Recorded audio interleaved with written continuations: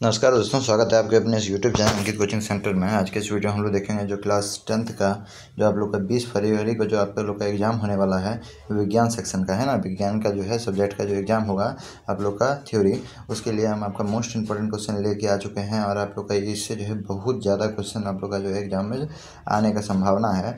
तो देखिए हम लोग वीडियो को स्टार्ट करते हैं। ये आप लोग का क्लास 10th के लिए है। देखिए यहाँ पे पहला क्वेश्चन आप लोग क्या है, रासायनिक समीकरण को संतुलित करना आवश्यक है ना। करने में डैश के नियम का पालन होता है। तो रासायनिक समीकरण को संतुलित करने में डैश नियम का पालन होता है। तो कौन नियम का पालन होता है? द्रव्यांश संरक्षण का नियम, है ना। अब देखिए यहाँ पे क्लास फिर उसका नेक्स्ट क्वेश्चन देखिए 2 नंबर आपका CaOCl2, है ना। यौगिक का प्रचलित नाम। तो इसका नाम आपका प्रचलित नाम क्या है? तो ये विरंजक चूर्ण। देखिए ये फार्मूला है, आपको लोग का जो है जितना बुक में फार्मूला अवश्य याद कीजिए, ऐसे आपको 1 नंबर क्वेश्चन आपको जरूर मिलेगा।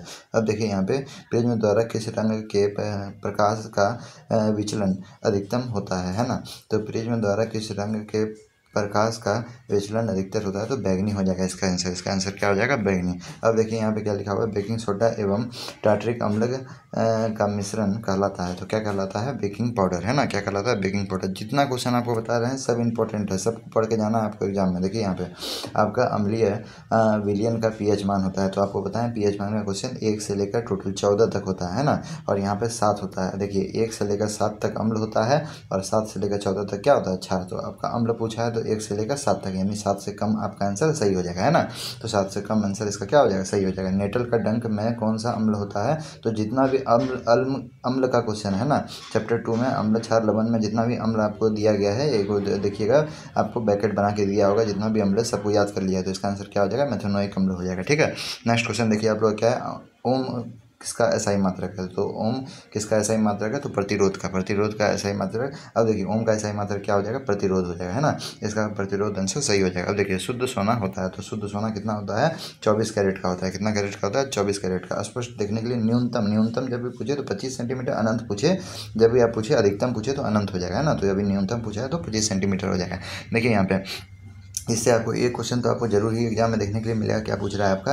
एल्कोन का सामान्य सूत्र, है ना। तो CnH2n आपका, यदि एल्कोन का पूछा सामान्य सूत्र, है ना, तो आपका CnH2n+2। और आपका एल्काइन का पूछा तो CnH2n-2, है ना। तो ये आप लोग का आंसर हो जाएगा।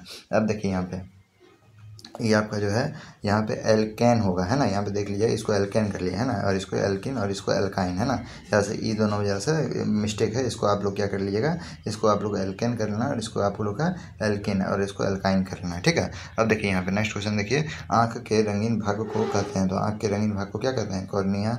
अब फिर उसके बाद आपका परितारिटिका, रेटिना। तो देखिए ये तीनों नहीं कहते हैं, इनमें से कोई नहीं। ऑप्शन नंबर डी इसका क्या हो जाएगा? सही हो जाएगा।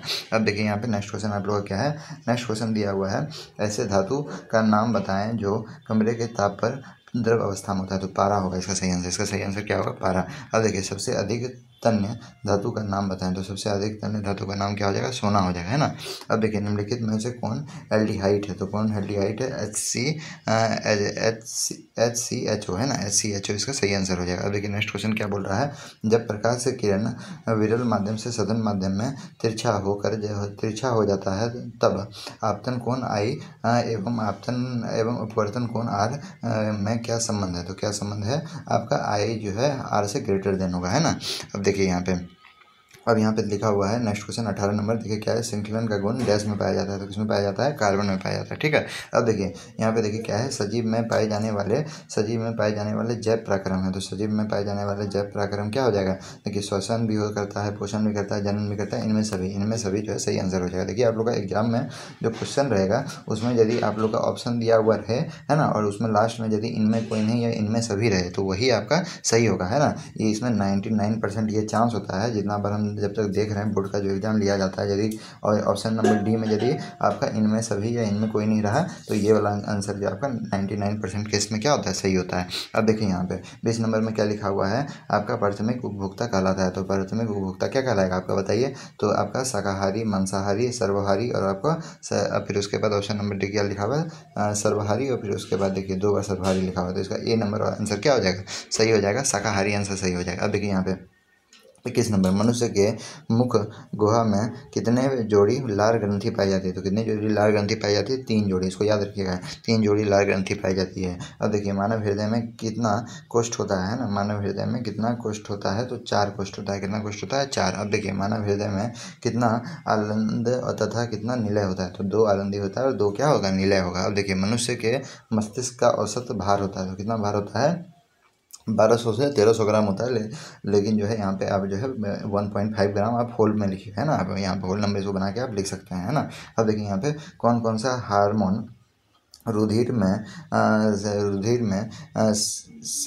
क्या लिखा हुआ है? शकरा की मात्रा, शकरा मतलब चीनी हो गया, है ना, शकरा की मात्रा को नियंत्रित करता है ना। तो आपका कौन सा हार्मोन हो जाएगा? यहाँ पे आप लोग का इंसुलिन हो जाएगा, है ना, इंसुलिन। अब देखिए यहाँ पे क्या लिखा हुआ है? यौनारंभ के यौनारंभ से संबंधित एक हार्मोन है ना। जब यौनारंभ से संबंधित एक हार्मोन क्या हो जाएगा? टेस्टोस्टेरोन, है ना, टेस्टोस्टेरोन आपका जो है टेस्टोस्टेरोन इसका आंसर हो जाएगा। 27 नंबर क्वेश्चन देखिए आप लोग का क्या लिखा हुआ है? आप लोग का क्वेश्चन है हाइड्रोजन के 2 परमाणु के बीच बने आबंध होते हैं। तो 2 परमाणु के बीच आबंध होते हैं, एकल बंध नहीं, द्विआबंध नहीं, त्रिआबंध नहीं, इनमें से कोई नहीं। ये सही आंसर हो जाएगा, ऑप्शन नंबर डी सही हो जाएगा। अब देखिए यहाँ पे क्या है? डैश रक्त में ग्लूकोज की मात्रा का नियंत्रण करता है ना। तो कौन करता है आपका बताइए? अग्नाशय, है ना, अग्नाशय। अग्नाशय जो है आपका क्या करता है? ग्लूकोज की मात्रा का, रक्त में ग्लूकोज की मात्रा का नियंत्रण करता है।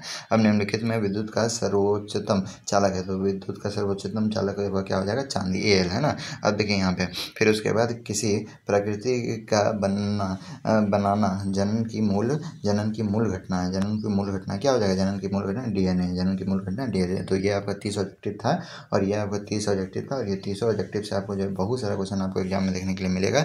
और फिर उसके बाद यदि आप यहाँ तक वीडियो को देखें तो आप जो है वीडियो के डिस्क्रिप्शन में जाकर व्हाट्सएप ग्रुप और टेलीग्राम ग्रुप के लिंक को जरूर ज्वाइन कीजिए, जिसमें आपको बहुत सारा अपडेट सबसे पहले मिलता है ना। मिलते हैं नेक्स्ट वीडियो में। जय हिंद, जय भारत।